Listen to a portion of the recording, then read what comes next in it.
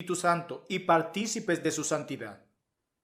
En la persona de su garante, el creyente ha resucitado al igual que ha muerto, ha ascendido al trono, está sentado con Cristo en los lugares celestiales. Su vida está escondida con Cristo en Dios. Considera como si hubiera sucedido ahora aquello que habrá de ser en el día de la venida del Señor. Así es como lo trata Dios. La fe en un sentido lo lleva a mirar adelante a la gloria, en sentido opuesto lo lleva a mirar a esta tierra agotada como si ya hubiera terminado su peregrinaje. Os habéis acercado al monte de Sión, a la ciudad del Dios vivo, Jerusalén la celestial. Hebreos capítulo 12, versos 22. Es seguro entonces que el cristiano es llamado a ser consecuente y decidido, al igual que feliz, no conformado a este mundo, sino al mundo venidero que ya mora en él por fe. ¿Qué clase de persona debe ser él en toda santa conducta y piedad? Segunda de Pedro capítulo 3, verso 11. Indiscutiblemente el que es resucitado con Cristo debe ser como el resucitado.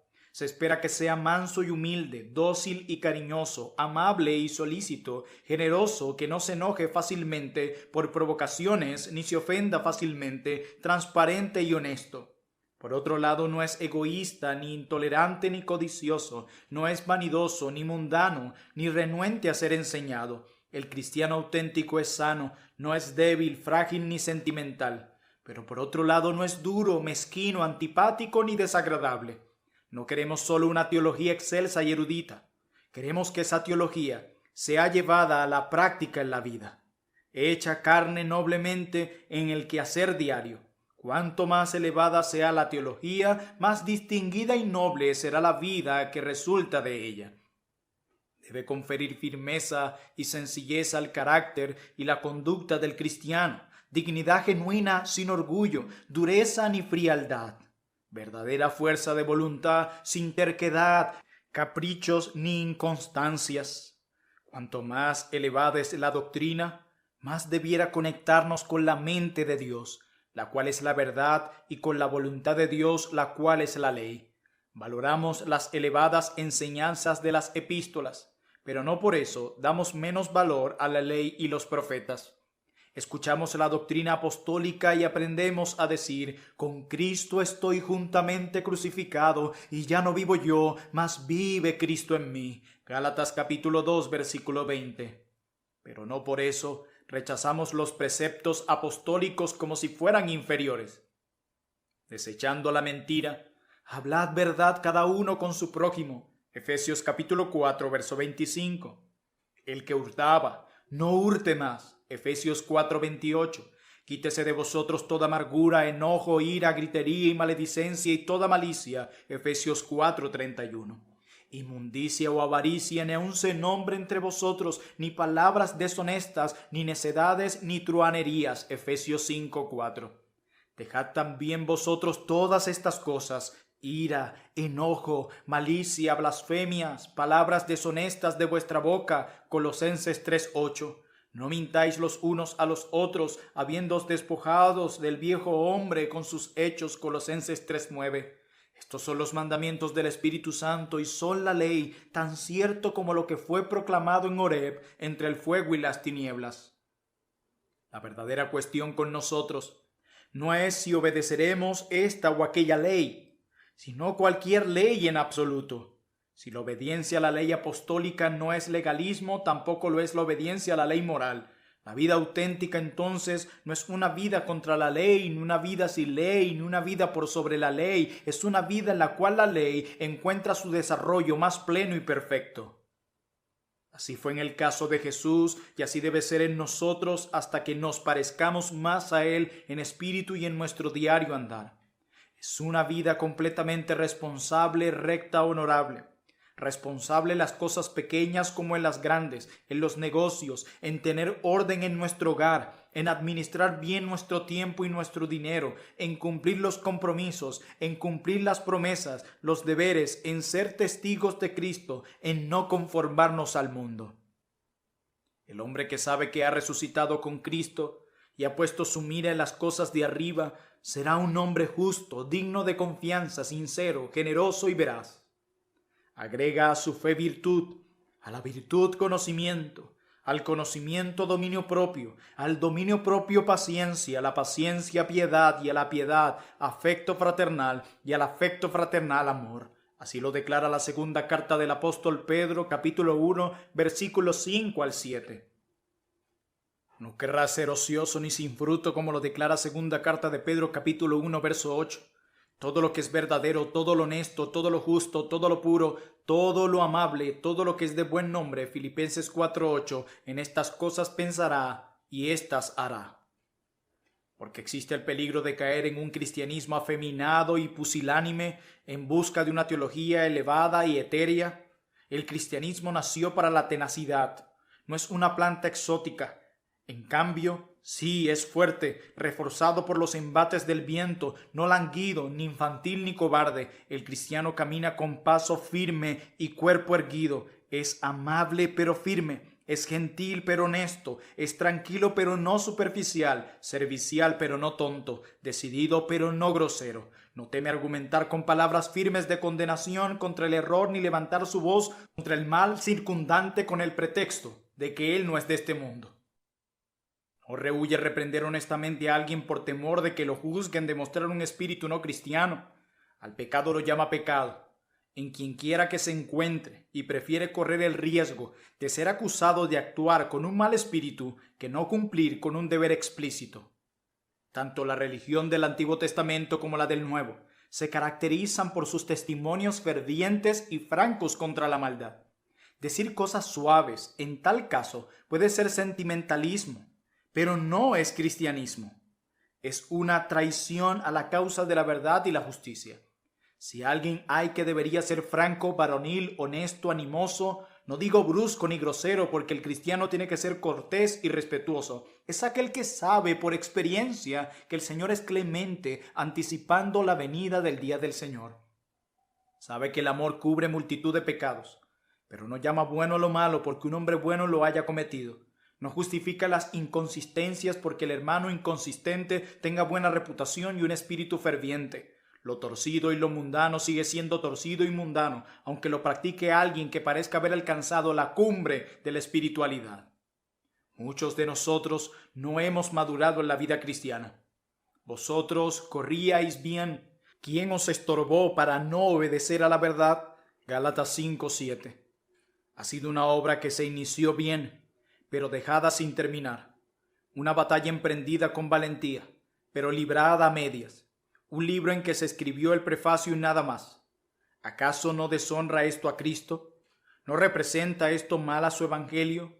¿Se niega su cruz, se menosprecian sus palabras y se anula su ejemplo? Si una vida santa consiste de una o dos obras nobles, en algunos ejemplos de personas que han perseverado, sufrido, podríamos contar esa experiencia como un fracaso y considerarla como una deshonra hasta el punto de darnos por vencidos. Pero la vida santa está compuesta de una multitud de cosas pequeñas, palabras pequeñas, no discursos o sermones elocuentes, pequeñas acciones, no milagros, ni batallas, ni grandes actos de heroísmo, de poderoso martirio. En todo ello es lo que consiste la verdadera vida cristiana. Evitar las maldades pequeñas, los pecados pequeños, las inconsistencias pequeñas, las pequeñas debilidades, las pequeñas tonterías, las pequeñas indiscreciones e imprudencias, las pequeñas manías, las pequeñas indulgencias al yo y a la carne, los pequeños actos de indolencia o indecisión o indiferencia o cobardía, las pequeñas equivocaciones o aberraciones de una integridad absoluta, las pequeñas demostraciones de avaricia o mezquindad, las pequeñas señales de avaricia y codicia, pequeñas señales de mundanalidad y frivolidad, pequeñas indiferencias hacia los sentimientos o deseos de otros, pequeños estallidos de mal humor, enojo, egoísmo, vanidad. Evitar cosas pequeñas como estas nos ayuda a mantener la belleza de una vida santa. Por otro lado, la atención a los pequeños deberes del día y de la hora, ya sea en transacciones públicas o relaciones particulares o asuntos de familia, a las pequeñas palabras, las miradas y los tonos de voz, las pequeñas demostraciones de bondad, paciencia o ternura, las pequeñas evidencias de abnegación, de autolimitaciones y del olvido de sí mismo, de pequeños planes de aquietada bondad y de atenta consideración hacia otros, la puntualidad, método y los objetivos reales al organizar cada día. Estas son muestras de progreso de una vida santa. El conjunto de pequeños actos de los cuales se compone es de cosas pequeñas que se forma una vida grande. Y todo el que reconozca que ninguna vida es grande, excepto la compuesta por cosas grandes, encontrará poco en los personajes de la Biblia para admirar y emular. Todo aquel que aprendió de Cristo, que camina con Dios, no será alguien artificial que únicamente está representando un papel o un personaje. Será auténtico en sus modales, palabras, miradas, tonos y hábitos. Será el más auténtico de todas las criaturas, un niñito. El cristianismo se torna repulsivo en el instante en que se sospecha que es falso. Las cartas de Cristo, conocidas y leídas por todos los hombres, tienen que ser transparentes y naturales. Al vivir para Cristo, tenemos que seguirle íntegramente, no copiar a una copia, sino copiarle a Él. De otra manera, el nuestro será un testimonio imperfecto, un reflejo de una religión débil, carente de paz, sencillez y gracia, llevando a las marcas de una imitación y artificialidad, sino de una falsificación. Entonces brillemos. Aquello que con tanta frecuencia entre los hombres se denomina santidad dista mucho de parecerse a la realidad bíblica, ya sea que se use para referirse a la rigidez de una ortodoxia sin vida, o a la búsqueda ilusoria de la perfección, o a la salamería de un supuesto idealismo, o a la regularidad de una devoción mecánica, o a la superstición religiosa de reverenciar imágenes, o a las austeridades y mortificaciones farisaicas, o al sentimentalismo de una teología liberalizada, o a los sueños confortables de un panteísmo sincero. Las palabras santo, santidad y espiritualidad han llegado a ser erróneamente interpretadas o aplicadas a códigos secretos con un significado tan ambiguo y profano como hubiera sido el efod de Aarón sobre los hombros de un sacerdote de Baal. Este uso de fórmulas y terminología bíblica después de que han sido excluidos su verdadero significado es uno de los engaños sacrílegos de la época que resultan sumamente ofensivos al estudiante sincero de la palabra. Cristo es la representación, la ilustración, el modelo. Parecerse a Él es santidad. El que es santo se conforma a su imagen. Cualquier otro ideal es vanidad. Tenemos que aprender de los 4 evangelios lo que es una santidad viva.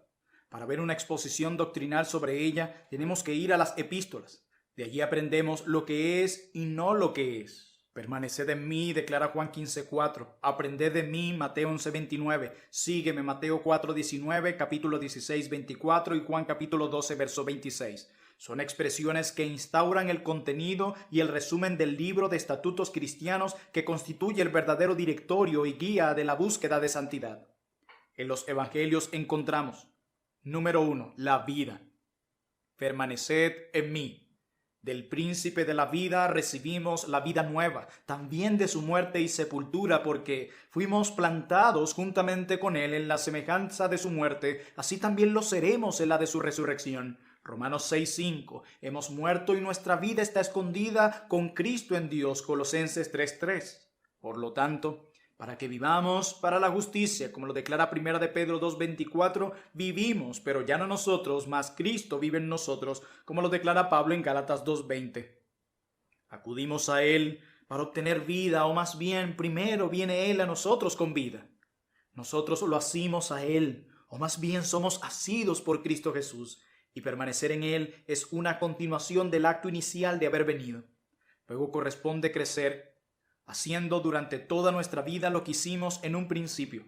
Por eso vivimos, porque Él vive. Nosotros vivimos y viviremos para siempre. Su vida es nuestra y nuestro cristianismo tiene que ser como su fuente, una cosa de vitalidad, poder y gozo. Nuestra vida, la más amable, sincera y útil de todas las vidas, emanan desde dentro de nosotros ríos de agua viva, como lo declara Juan 7:38. Número 2. Erudición. Aprended de mí. La suya es la escuela del cielo, la escuela de luz. Aquí está toda la verdad sin ningún error.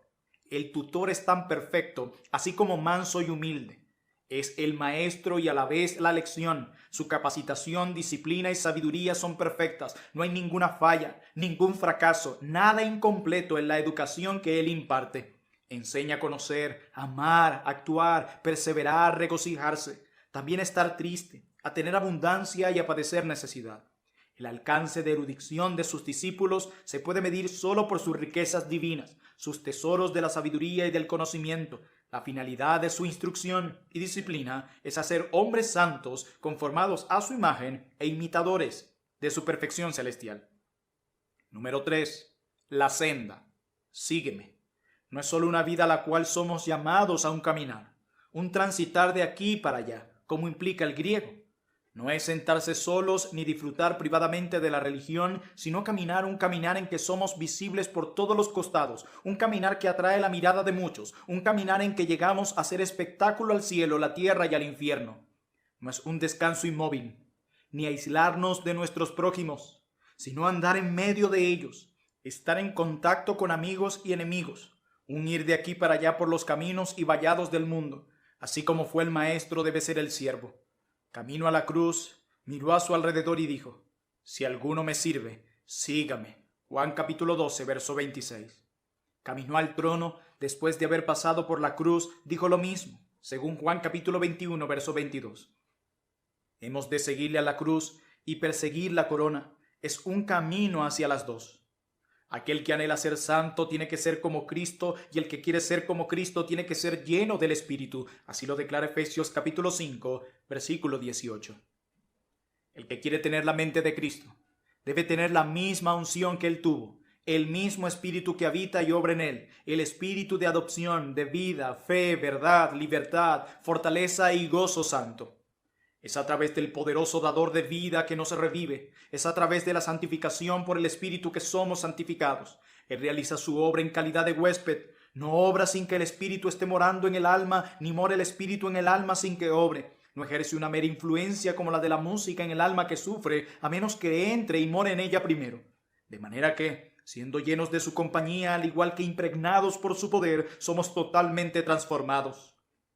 No se nos presenta con argumentos ni con persuasiones morales, sino que nos conmueve con el toque irresistible de su mano divina y penetra en nosotros con su propia energía vital. No nos impregna con su propia pureza y vida a pesar de nuestra desesperada resistencia, tosudez e incredulidad, todos los días de nuestra vida.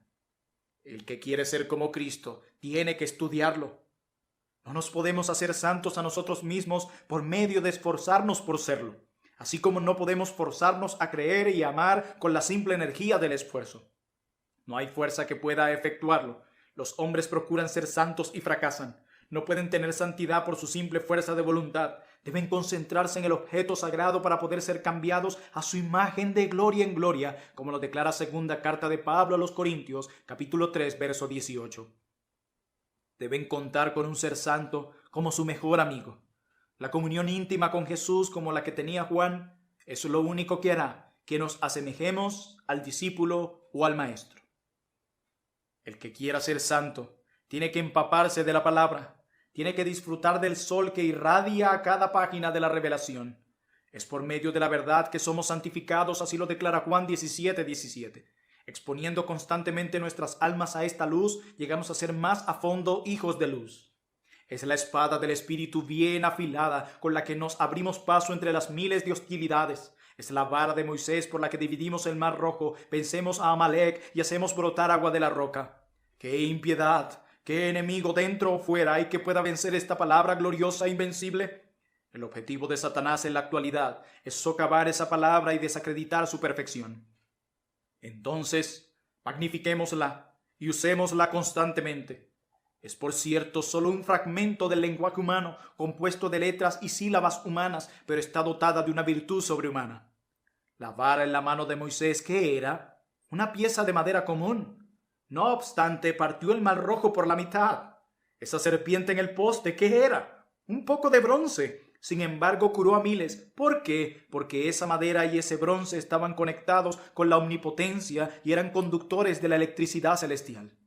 Entonces, dejemos que la Biblia sea para nosotros el libro de todos los libros para herir, curar, avivar, fortalecer, confortar y purificar. No obstante, todo lo dicho, el que quiere ser santo tiene que luchar. Debe pelear bien en las batallas del Señor, como lo declara 1 Timoteo 1:18.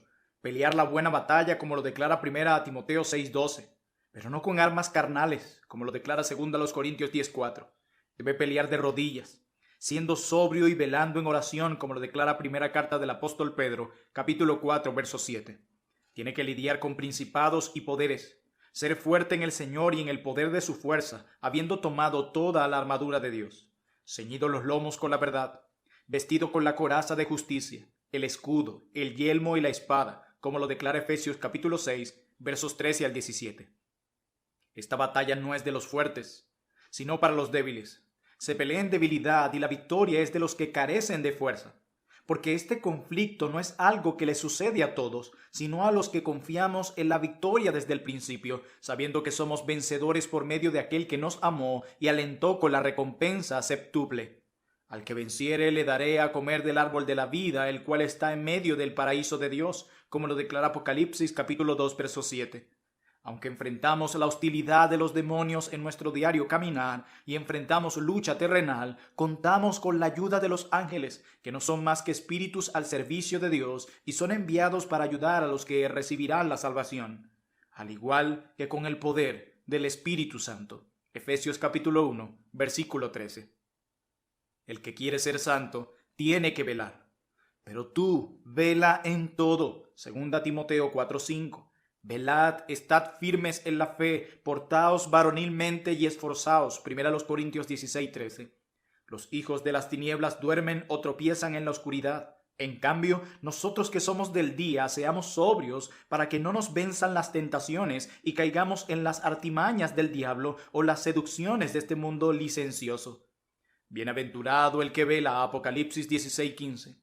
Mientras velamos, testifiquemos de la buena profesión, como lo declara 1 Timoteo 6:13, y hagámoslo sin avergonzarnos de aquel cuyo nombre llevamos. Corramos con paciencia la carrera que tenemos por delante, despojémonos de todo peso y del pecado que nos asedia, y sigamos la justicia, la piedad, la fe, el amor, la paciencia, la mansedumbre, como lo declara 1 Timoteo 6:11, puesto los ojos en la venida y en el reino de nuestro Señor Jesús, como lo declara Tito capítulo 2, verso 13.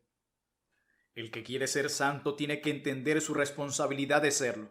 Debe comprender su compromiso como miembro del cuerpo de Cristo, al igual que participe del Espíritu Santo. El pensamiento que no alcanzaremos la perfección aquí no debe ser motivo para debilitar nuestro sentido de responsabilidad ni para dar cabida a lo que contristaría al Espíritu Santo de Dios, con el cual fuimos sellados para el día de la redención, como lo declara Efesios 4:30.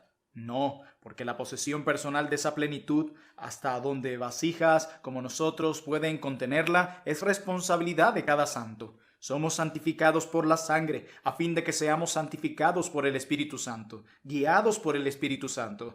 Sea nuestro cuerpo templo del Espíritu Santo, andemos en el Espíritu, hablemos por el Espíritu, vivamos en el Espíritu y teniendo la comunión del Espíritu Santo. El cristiano no debe jugar con el pecado bajo ningún pretexto, y menos con la excusa de que no está bajo la ley. Las advertencias y los preceptos apostólicos son tan explícitos como los de Moisés y mucho más numerosos. Como poseedores del espíritu de amor debemos amar, dejando a un lado toda malicia, maldad, hipocresía, maledicencia, pagando cada día la deuda que nunca puede ser pagada, el amor. Romanos 13:8. Porque el espíritu que mora en nosotros no es ocioso ni estéril, siempre produce fruto, fruto divino en el corazón humano, fruto celestial en suelo terrenal, fruto que demuestra su origen interior y en su interior cuenta con el glorioso huésped, mas el fruto del Espíritu es amor, gozo, paz, paciencia, benignidad, bondad, fe, mansedumbre, templanza. Contra tales cosas no hay ley. Así lo declara Gálatas capítulo 5 versículos 22 al 23. Como los que han sido librados del presente siglo malo, separémonos del mundo como lo hicieron los santos de antaño, manteniéndonos alejados de sus fiestas como hombres que no tienen tiempo para semejantes cosas, aunque sean inocuas, manteniendo nuestras vestiduras sin contaminación. Desconfiemos de las conversaciones y bromas vanas. Cuidémonos de su literatura superficial porque carcomerá como gangrena, corrompiendo el gusto y debilitando el alma. Mantengamos sin mancha nuestro gusto por la oración y comunión con Dios como el gran preservador contra las seducciones de la época, porque sólo la intimidad con Dios puede impedir alguna intimidad con el mundo. No tratemos de combinar la novela con la Biblia, el armario con el salón de baile. Tampoco intentemos servir a dos señores, tomar de dos copas, adorar a dos dioses, disfrutar de dos religiones, arrodillarnos ante dos altares. Estemos en guardia contra el viejo hombre en todas sus formas, sea indolencia, mal genio, frialdad, rudeza, desobediencia o descuido, mezquindad, codicia, falta de respeto, ligereza, engreimiento, soberbia, astucia, obstinación, amargura, trivialidad en asuntos serios, estupideces o amor por la preeminencia. Cultivemos una conciencia sensible, evitando antiguas ideas y presunciones, cuidando de no cometer pequeños pecados ni omisiones de pequeños deberes, redimiendo el tiempo pero sin afanes, tranquilos, alegres, transparentes, felices, afables, generosos, desinteresados, considerados con los demás. En vista de que tenemos que protestar contra el mundo en relación de muchos puntos importantes, procuremos diferir con él lo menos posible en asuntos indiferentes, demostrando siempre amor hacia aquellos con quienes nos encontramos, no importa lo irreligiosos y antipáticos que sean, evitando en especial exhibir un espíritu despectivo o un aire de superioridad. Como discípulos de Cristo, que sea nuestro discipulado íntegro y consecuente, nuestra conexión con Él se exhiba en conformidad con su semejanza. Sea nuestra vida un credo completo, nuestro andar la personificación de todo lo que es honesto, hermoso y de buen nombre. La verdad de Cristo santifica y también libera, su sabiduría purifica y también aviva. Tengamos cuidado en aceptar la libertad sin la santidad, la sabiduría sin la pureza, la paz sin celo y amor. Seamos personas fieles en el mejor sentido de la palabra, fieles con nosotros mismos.